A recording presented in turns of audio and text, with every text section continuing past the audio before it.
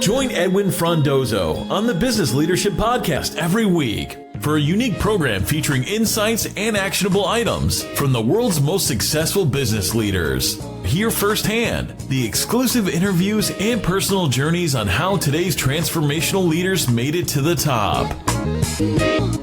This is the Business Leadership Podcast, and I'm your host, Edwin Frondozo. Thank you for joining me today. I hope you are in good spirits and health. People in our community are struggling. Leading in a business can be lonely, and with added COVID-19 stresses and social distancing, there's value in hearing from leaders facing and solving unprecedented challenges. Our next guest on CADA's 20 Leaders in 20 Days virtual shift is Shereen Benzvy Miller. She's an experienced assistant deputy with the federal government of Canada and a longtime mental health advocate. She's a senior executive with a strong record of leadership in delivering timely, innovative, and effective business and process transformation in the Canadian federal government over the past 20 years. A long-standing advocate for human rights, diversity, and inclusion, an innovator in addressing workplace mental health and wellness. I'm excited to share our conversation, but before getting started, are you having any trouble keeping your newly remote teams engaged, effective, and connected? I can help. Text HELP to 416-834-0299 and we'll connect. Again, text me at 416-834-0299 and I will personally connect with you. Here we go. I think that past crises, both personal and professional, inform my comments. And I know I'm not speaking for everybody, but I am operating on the assumption that everybody on the planet wants to reduce the lifespan of this virus and ensure that we maximize survival rates. So if we understand that as a fundamental premise, then you can talk about what people have weathered and what encourages us about what's going on now. For me, I think the fact that people have recognized the seriousness of this problem is a hugely important thing, because in previous crises where people have not in a timely way recognized the seriousness, they haven't taken action quickly enough. And so for us, if we're going to shorten the duration of the crisis and flatten this curve, the sooner everybody gets on board with preventive measures and ensures that we're all doing our part, the quicker we will get to a resolution. That requires, though, that people, and historically this is true, people have to take direction from experts. They can't deny the science of this, right? So, in our case now we have to self-isolate. And I think Canadians are pretty compliant and they're pretty willing to take evidence-based advice. So I'm very, very encouraged by that. And I think it's great that it plays to our national culture. People have coined a new phrase, apparently, caremongering, where Yes. they're coming together to try and help one another through this difficult period. And obviously that's hugely important, because the longer you take to comply, the longer the problem will persist and the more people will be at risk. Through your career, you've been a long-time mental activist and you're really passionate about that work. What can you share, or what can you tell people listening today who may be feeling this over sense of anxiety and they're not used to it, right? And even the shift to work from home and being isolated, this is, there are pockets of society who are able to do this work from home and they've been doing it. But for those who are listening, those leaders, those people who just shifted, what can you share with them and how to really get through this?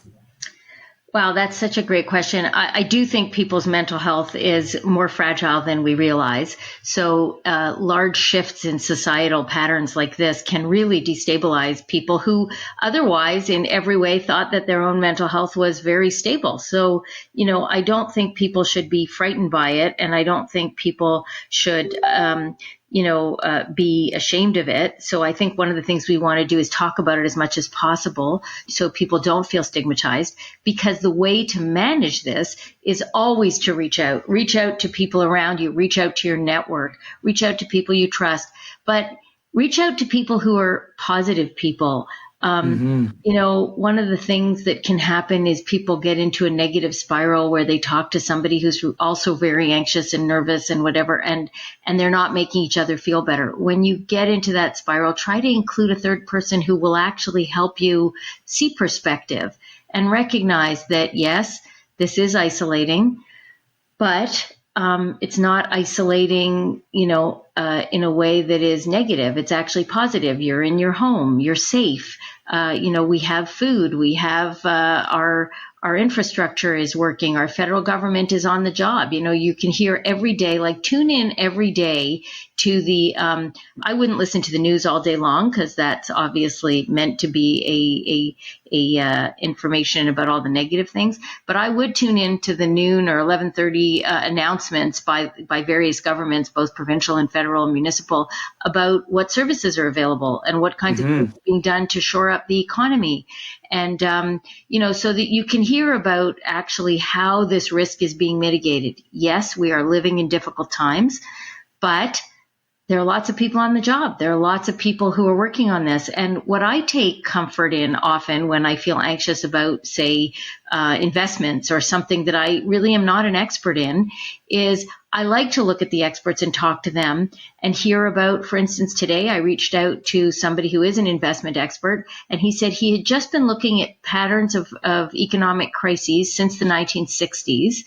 And he realized that every single one of them, with the exception of one, which took 18 months to recover from, the other, the economy was back on track fully within 12 months. Well, really, in a lifetime, that's not a terrible thing. I mean, yeah, one year is something we can all manage if we know that's what we're looking at, and if we all trust in the systems.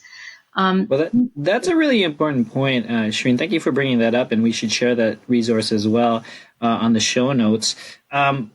And especially if your friend published that, because I had conversations about that already, and even with my wife, right? It's just and I'm I'm not an expert, so don't listen to anyone. Whoever's telling you advice. Let's take it and stand, and let's really look out for people who really know what they're talking about.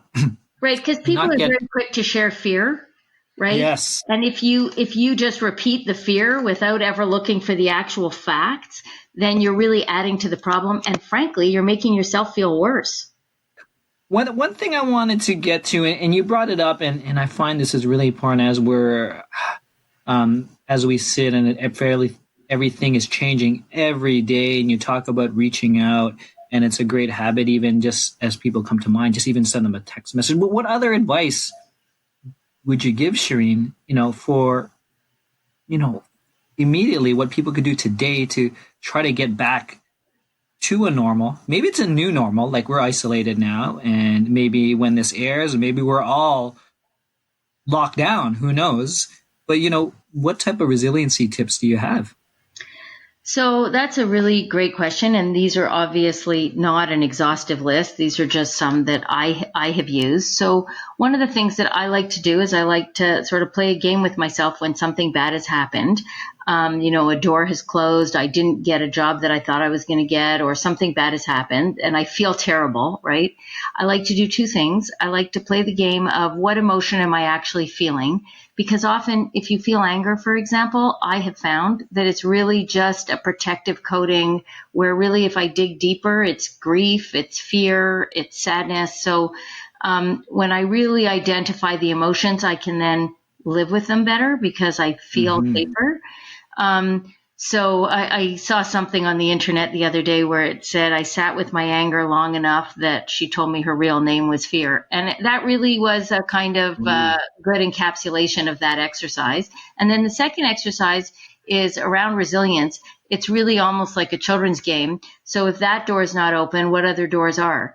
And then you can start thinking outside the box, because you might have been fixated on one thing and thought, oh, I can only do that job, or I can only be that thing. I'm actually trained as a criminal defense lawyer. I actually thought that I would be a litigator, my whole career. Right. And then opportunities came up when some doors closed, other doors opened, and I ended up being, the Assistant Deputy Minister for Small Business and Tourism. I was the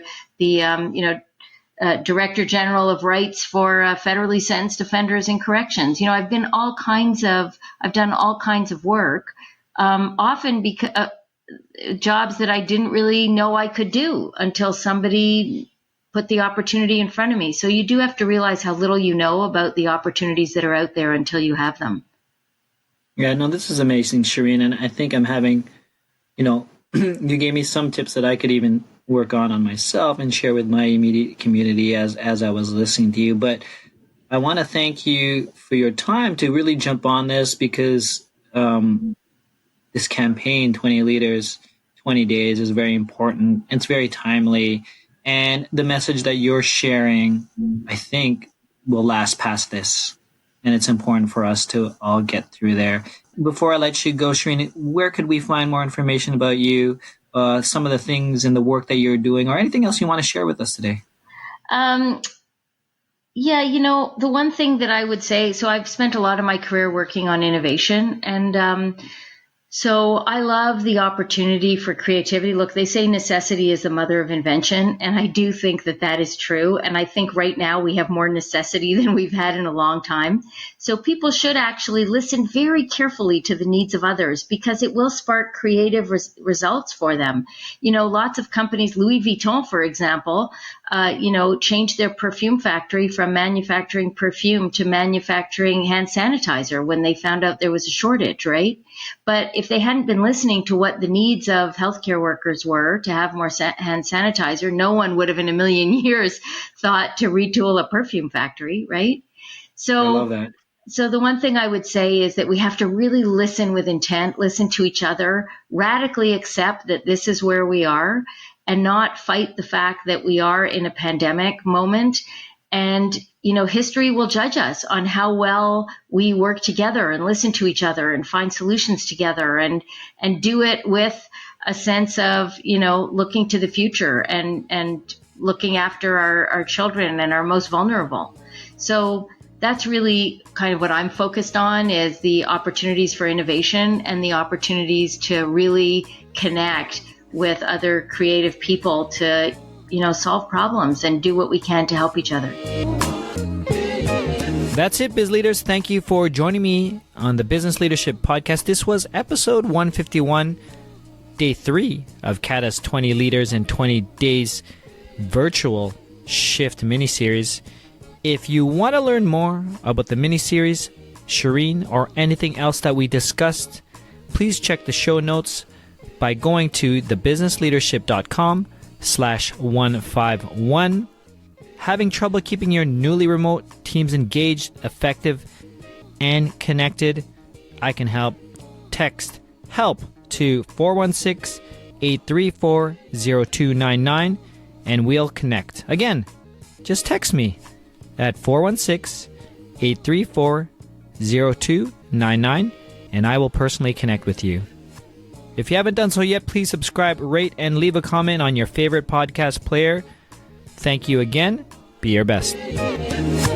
Thank you for listening to the Business Leadership Podcast at thebusinessleadership.com.